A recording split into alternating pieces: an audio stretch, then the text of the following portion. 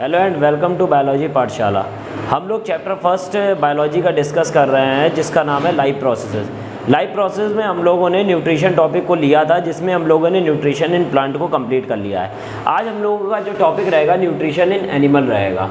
ठीक, अब हम लोग बात करते हैं न्यूट्रिशन एनिमल में क्या होता है। एनिमल बोल रहे हैं या फिर हम लोग ह्यूमन बोल रहे हैं, एक ही चीज़ है, क्योंकि जब हम लोग हैं किस में, एनिमल्स में ही तो आते हैं। तो न्यूट्रिशन और एनिमल पहले पढ़ेंगे, फिर ये देखेंगे न्यूट्रिशन किस तरह होता है एनिमल्स के अंदर।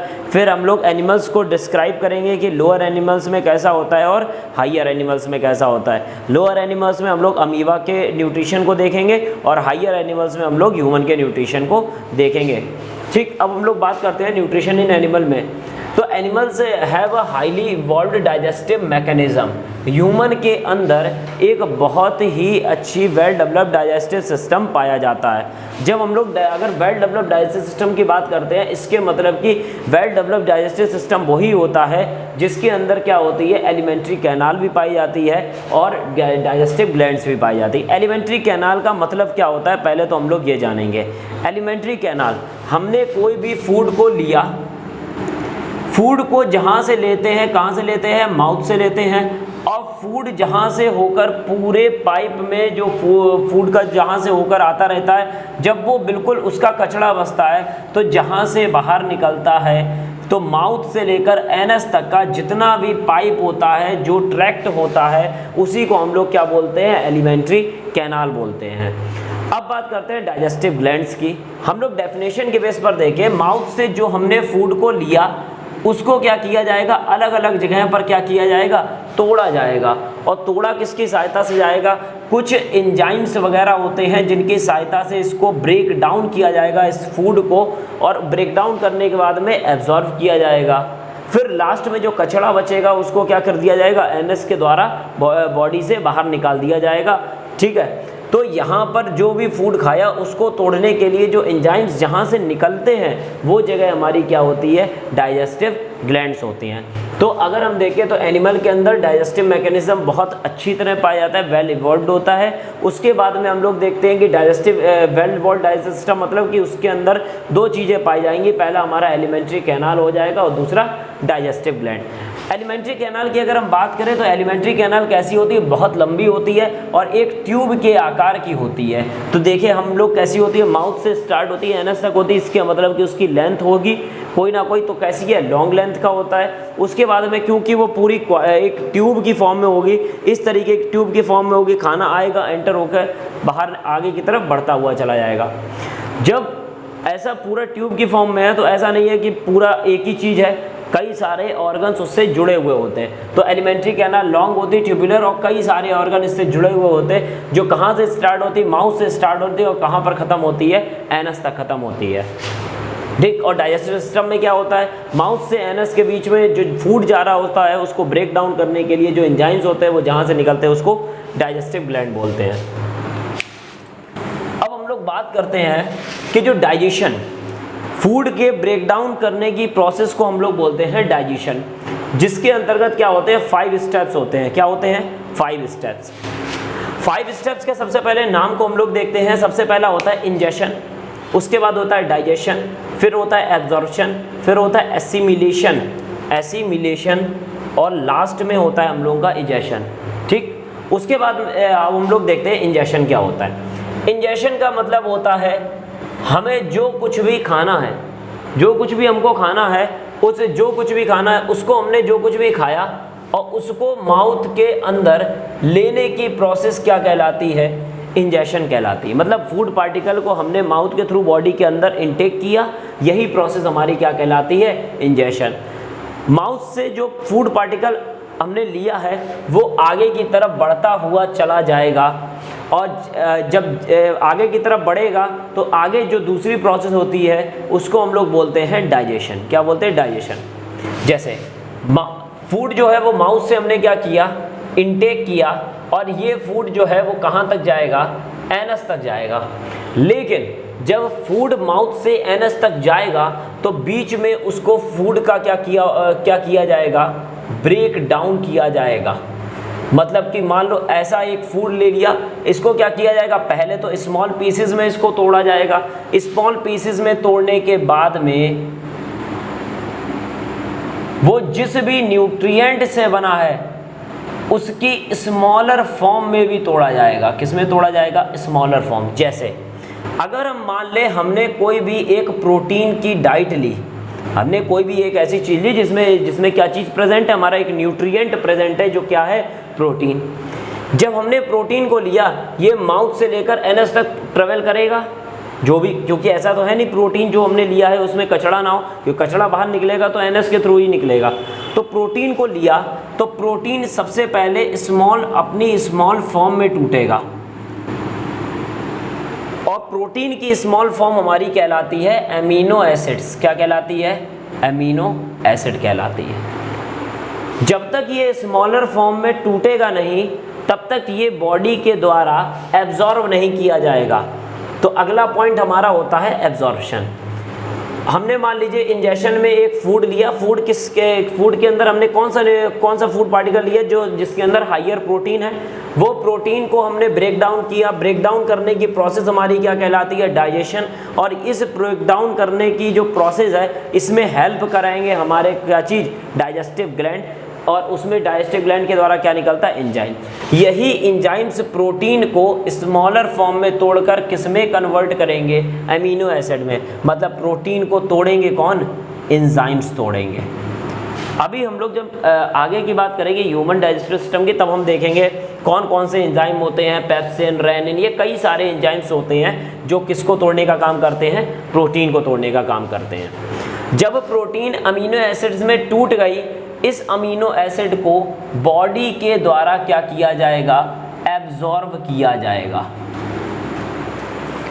और बॉडी के द्वारा एब्जॉर्ब करने का मतलब है, जैसे मान लीजिए ये एक डाइजेस्टिव सिस्टम है, इसमें यहाँ से हमने प्रोटीन को लिया, ये टूट कर क्या बन गई, अमीनो एसिड्स बन गई।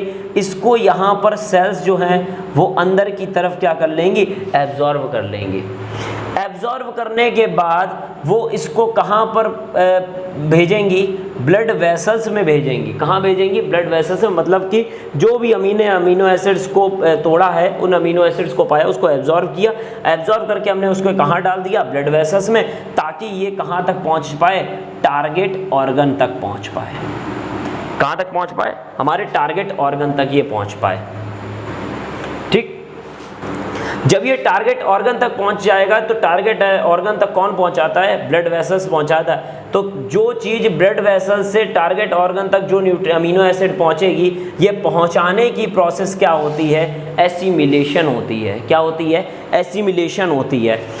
जब ये टारगेट ऑर्गन तक पहुंचेगा तो यहाँ पे इसका क्या होगा, यूटिलाइज्ड होगा। मतलब कि यहाँ पर इसका क्या होगा, यूज़ होगा। तो ब्लड वेसल्स के द्वारा जो न्यूट्रिएंट हमने लिया है, अमीनो एसिड जो बना है, उसको हमने टारगेट ऑर्गन तक पहुंचाया है या टारगेट सेल तक पहुंचाया है, वहाँ पर इसका क्या होगा, यूटिलाइजेशन या फिर यूज़ होगा। बचा हुआ जो भी कचरा है वो डाइजेशन की प्रोसेस के द्वारा बाहर होगा। तो डाइजेशन की प्रोसेस में 5 प्रोसेसेस इन्वॉल्व होती हैं। सबसे पहली हमारी होती है इंजेशन, फिर होती है डाइजेशन, फिर होती है एब्जॉर्प्शन, फिर होती है एसिमिलेशन, और लास्ट होती है हमारी इजेशन। फूड को अंदर लेने की प्रोसेस इंजेशन, फूड को ब्रेक डाउन करने की प्रोसेस डाइजेशन, फूड को ब्रेक डाउन करने के बाद जब वो स्मॉलर फॉर्म में हो गया तो उसको एब्जॉर्ब किया जाएगा, तो एब्जॉर्प्शन। फूड को एब्जॉर्ब करने के बाद में टारगेट ऑर्गन तक पहुंचा जाएगा, तो एसिमिलेशन। वहाँ पर इसको यूज़ किया जाएगा, जो कचरा बचेगा उसको बॉडी के द्वारा बाहर निकाला जाएगा। वो प्रोसेस क्या कहलाती है, हमारी इंजेशन कहलाती है। ठीक, ये चीज़ तो हमने पढ़ी, ये प्रोसेस क्या होती है डाइजेशन की। और डाइजेशन की ये प्रोसेस ऐसा नहीं है कि हर एक ऑर्गेनिज्म में अलग होती है, सभी ऑर्गेनिज्म में सेम डाइजेशन की प्रोसेस पाई जाएगी। ठीक, अब हम लोग बात करते हैं एनिमल्स की। अगर हम बात करें तो एनिमल्स को जो साइंटिस्ट हैं या बायोलॉजिस्ट हैं, इन्होंने एक कैटेगरी में डिवाइड किया है जिसको हम लोग बोलते हैं फाइलम।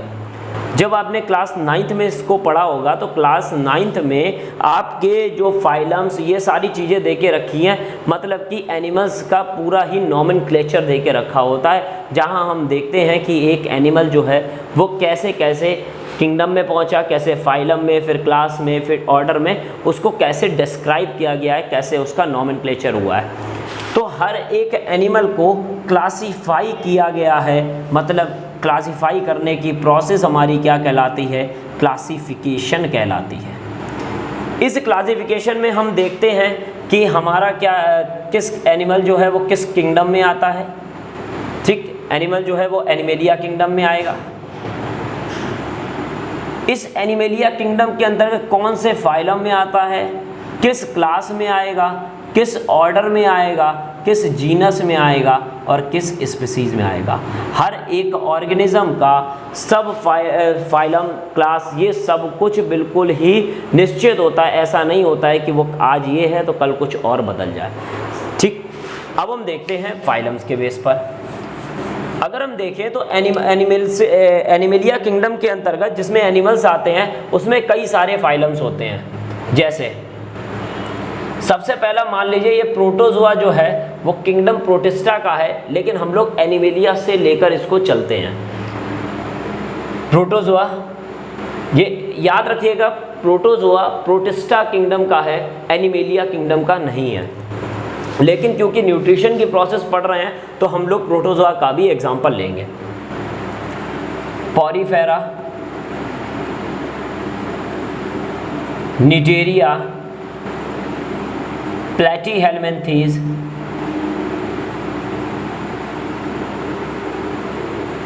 एस्कीहेलमिन्थीज, एनीलिडा,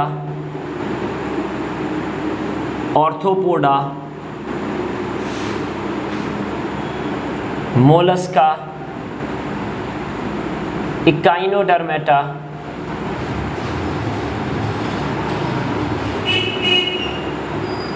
हेमिकॉर्डेटा और कॉर्डेटा। ये कुछ फाइलम्स दिए गए हैं। जैसे प्रोटोजोआ, पॉरीफेरा, निडेरिया, ये तीन अगर हम देखें तो ऐसे फाइलम हैं जिनमें फूड का जो इंजेक्शन की प्रोसेस है वो करंट ऑफ वाटर के द्वारा होती है। मतलब कि वो फूड आएगा वो वाटर के साथ में मिक्स होके बॉडी के अंदर प्रवेश करेगा। ठीक, तो इन सभी में जो फूड के जो प्रोसेस है, इंजेक्शन की प्रोसेस जो होती है वो मोस्टली वाटर के द्वारा होती है। लेकिन अमीबा के केस में थोड़ा सा डिफरेंट होता है, उसको हम लोग देखेंगे। ठीक, अब बात आती है प्लेटीहेलमिन्थीज। प्लेटीहेलमिन्थीज से डाइजेस्टिव सिस्टम जो है वो इवॉल्व होना स्टार्ट हो जाता है। तो अगर हम बात करें डाइजेस्टिव सिस्टम की जो है वो सबसे पहले किस में देखा गया था, हमारा किस में देखा गया था, प्लेटीहेलमिन्थीज के अंदर देखा गया था। प्लेटीहेलमिन्थीज के अंदर सबसे पहले माउथ देखा गया है। मतलब कि माउथ का इवोल्यूशन जो है वो कौन से फाइलम से होता है, प्लेटीहेलमिन्थीज से होता है। अब बात करते हैं कि डाइजेस्टिव सिस्टम बहुत अच्छा कहाँ से शुरुआत हुई। तो डाइजेस्टिव सिस्टम जो माउथ से लेकर एनस तक पहुँचता है उसकी शुरुआत जो हुई है वो हमारी किस फाइलम से हुई है, तो एनीलिडा से हुई है। ठीक, तो एनीलिडा पहला ऐसा फाइलम है जिसके अंदर वेल डेवलप्ड डाइजेस्टिव सिस्टम पाया जाता है जो माउथ से एनस तक पहुँचता है। ठीक, उसके बाद Arthropoda, Mollusca, Echinodermata, Hemichordata, Chordata, इन सभी में बहुत ही अच्छा वेल डेवलप्ड डाइजेस्टिव सिस्टम पाया जाता है। कॉर्डेटा की अगर हम देखें तो एक क्लास होती है जिसको बोलते हैं मैमेलिया, और इसी मैमेलिया क्लास के अंतर्गत हम लोग आते हैं। इसलिए आप बिल्कुल भी कंफ्यूज मत होइएगा अगर आपसे वाइवा में या किसी चीज़ में ये क्वेश्चन पूछा जाता है कि हम लोग कौन से फाइलम के अंतर्गत आते हैं, तो कॉर्डेटा फाइलम के अंतर्गत आते हैं। और किस क्लास में आते हैं, तो मैमेलिया क्लास के अंतर्गत हम लोग आते हैं क्लासिफिकेशन में। ठीक, इसीलिए हम लोग जो है हम लोगों के अंदर वेल डेवलप्ड एलिमेंट्री कैनाल पाया जाता है। ये हमारी प्रोसेस होती है। अब हम लोग बात करते हैं न्यूट्रिशन की। न्यूट्रिशन किस में देखेंगे, लोअर एनिमल में देखेंगे और किस में देखेंगे, अमीबा। ठीक, अब अमीबा में देखते हैं। तो अमीबा के अंदर न्यूट्रिशन लेने की जो प्रोसेस होती है उसको क्या बोलते हैं, होलोजोइक टाइप का न्यूट्रिशन होता है। कौन सा टाइप का न्यूट्रिशन होता है हमारा, होलोजोइक टाइप का न्यूट्रिशन होता है। ठीक, उसके बाद में अगर हम देखें तो होलोजोइक टाइप के न्यूट्रिशन मतलब क्या होता है कि जो भी फूड हम लोग लेंगे वो फूड जो लेंगे वो पूरा का पूरा लेंगे। ठीक, मतलब कि वो अगर सॉलिड है तो भी और लिक्विड है तो भी। ऐसा नहीं है पहले से टूटा हुआ फूड लेते हैं, सारा का सारा सॉलिड फूड या लिक्विड फूड बॉडी के द्वारा, ऑर्गेनिज्म के द्वारा लिया जाता है। क्योंकि अमीबा एक सिंगल सेल का बना हुआ होता है, और जब वो खाना खाता है तो उसको हम लोग सेल ईटिंग बोलते हैं, और सेल के खाना खाने की प्रोसेस हमारी क्या कहलाती है, फैगोसाइटोसिस। ठीक है, तो सेल के खाना खाने की प्रोसेस हमारी फैगोसाइटोसिस कहलाती है, इसीलिए हमने यहाँ पर आपका मीनिंग लिख दिया सेल ईटिंग। क्योंकि जो खाना है वो सेल के अंदर पहुँचा और कई सारे एंजाइम्स उसके ऊपर अटैक करेंगे और उसको फूड पार्टिकल को तोड़ेंगे और क्या किया जाएगा, वहीं पर एब्जॉर्ब कर लिया जाएगा। ये प्रोसेस हमारी सेल ईटिंग कहलाती है। ठीक, अब देखते हैं ये पांचों स्टेप जैसा हम लोगों ने शुरुआत में पढ़ा था सेम वही होता है, बस उसको हम लोग पिक्चराइजेशन के तौर पर हम लोग देखेंगे। सबसे पहली प्रोसेस हमारी क्या होती है, इंजेक्शन। इंजेक्शन में क्या होता है कि अमीबा जो होती है वो कितने सेल का बना होता है, एक सेल का बना हुआ होता है। ये मान लीजिए ये क्या है हमारा अमीबा, एक छोटा सा ये एक ऑर्गेनिज्म है जो अमीबा के लिए फूड पार्टिकल है। ठीक, जब ये आता है तो अमीबा के जो किनारे किनारे जो लेयर होती है इसको प्लाज्मा लेमा बोलते हैं, और प्लाज्मा लेमा के जो अंदर साइड जो स्ट्रक्चर होता है इसको हम लोग बोलते हैं स्यूडोपोडिया। अमीबा इसी की हेल्प से अपने मूवमेंट को करता है, मतलब एक जगह से दूसरी जगह तक स्यूडोपोडिया की हेल्प से जाता है। ये स्यूडोपोडिया क्या इधर साइड आते हैं और यहाँ पर आकर क्या करते हैं, इसको पूरा क्या कर लेते हैं, कवर कर लेते हैं। जैसे ही स्यूडोपोडिया ने इस ऑर्गेनिज्म को कवर किया, ये स्यूडोपोडिया एक वैक्यूल का फॉर्मेशन कर देता है, जिसको हम लोग क्या बोलते हैं, फूड वैक्यूल बोलते हैं, जो एक प्रकार का क्या होता है, टेम्परेरी स्टोमक होता है, किसके अंदर, अमीबा में। तो अमीबा के स्यूडोपोडिया ने क्या करा, एक ऑर्गेनिज्म को अपने अंदर पैक कर लिया, और पैक करने के बाद में एक कवरिंग बना दी, एक पैकेट बना दिया, जिसको क्या नाम दे दिया हमने, फूड वैक्यूल नाम दे दिया। अब हम देखते हैं ये फूड वैक्यूल इस ऑर्गेनिज्म को अंदर की तरफ लेके आया। यहाँ पर कई सारे छोटे छोटे लाइसोसोम्स हैं और इनके अंदर क्या भरे हुए हैं, एंजाइम्स भरे हुए हैं। ये लाइसोसोम्स इसके तरफ जाते हैं और इसके चारों तरफ जो है वो इकट्ठा हो जाते हैं। जैसे ही इसके चारों तरफ इकट्ठा हो गए, इस लाइसोसोम के अंदर डाइजेस्टिव एंजाइम भरे हुए होते हैं। क्या भरे हुए होते हैं, डाइजेस्टिव एंजाइम, जो डाइजेशन की प्रोसेस करेंगे।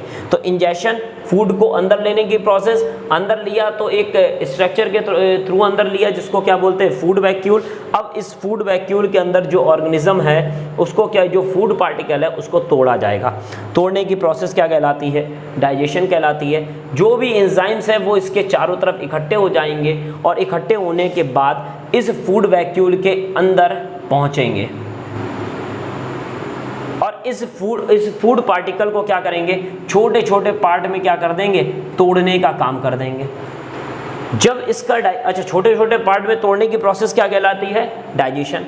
जब ये छोटे छोटे पार्ट में टूट जाएगा तो इसको क्या किया जाएगा, फूड वैक्यूल खत्म हो जाएगा। और क्योंकि ये एक एनिमल है और एक सेल भी है, तो सेल के अंदर क्या भरा होता है, साइटोप्लाज्म। और साइटोप्लाज्म के द्वारा जहाँ पर भी इसकी ज़रूरत है फूड पार्टिकल्स की, उस जगह पर इन फूड पार्टिकल्स को, जो अभी नए बने हैं रिसेंटली, और फूड पार्टिकल को ब्रेक डाउन करने के बाद इनको वहाँ पर क्या किया जाएगा, भेजा जाएगा।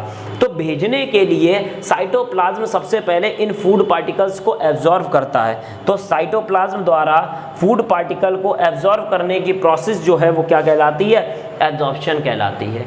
जैसे ही ये एब्जॉर्व किए गए, इनको जहाँ पर पहुँचाना था वहाँ पर इनको पहुँचाया गया, और पहुँचाने की प्रोसेस क्या कहलाती है, एसिमिलेशन। और जैसे मान लो यहाँ पर फूड पार्टिकल है और यहाँ पर हमारा अमीबा के अंदर कॉन्ट्रैक्टाइल वैक्यूल है। कॉन्ट्रैक्टाइल वैक्यूल की कैपेसिटी खत्म होने वाली थी, उसको एनर्जी चाहिए। ये फूड पार्टिकल साइटोप्लाज्म के द्वारा यहाँ तक पहुँचा, इसको एनर्जी प्रोवाइड करी ताकि कॉन्ट्रैक्टाइल वैक्यूल अपना काम अच्छे से कर सके। जब ये कॉन्ट्रैक्टाइल वैक्यूल अपना काम अच्छे से कर सकेगा, तभी तो वाटर जो है वो एक्स्ट्रा यहाँ से बाहर निकलेगा। Digestion, out of the cell जो भी अनडाइजेस्टिव फूड पार्टिकल्स है वो इस कॉन्ट्रैक्टाइल वैक्यूल कॉन्ट्रैक्टाइल वैक्यूल पानी को बाहर निकालता है, तो जितना भी वेस्ट है वो पानी के साथ मिक्स होकर बाहर निकल जाएगा। नहीं तो डायरेक्ट जो है वो इसकी डिफ्यूज़न की प्रोसेस के द्वारा सेल से भी क्या कर दिया जाएगा, बाहर कर दिया जाएगा। तो हम लोगों ने आज न्यूट्रिशन इन एनिमल के बारे में पढ़ा था, जिसमें हम लोगों ने न्यूट्रिशन इन लोअर एनिमल में अमीबा के बारे में देखा था। Thank you.